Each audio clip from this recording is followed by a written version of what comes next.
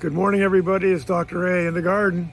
I'm not going to talk to you about plants this morning. In fact, most of you know I've written a number of books about gardens and plants and what we do in the garden, and because that's what I love to do, and I know that that's what you love to read.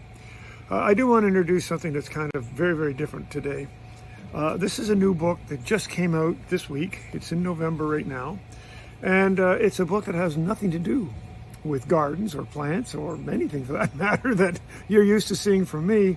And it's called Tales of Big John and Other Creatures. And it's a story of our children.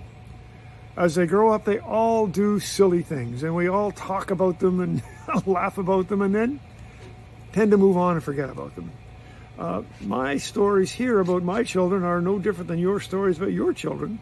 The only difference is I wrote them down. I think you're going to enjoy it because kids are story machines, and I think you're going to enjoy this. It's wonderful. The illustrations are spectacular. You know, they're just stories of our children when they're young. The other thing I wanted just to mention to you, if you're interested, well, I think you would be interested. I dedicated the book to a spectacular group here in Georgia, but the dedication is to extra special people.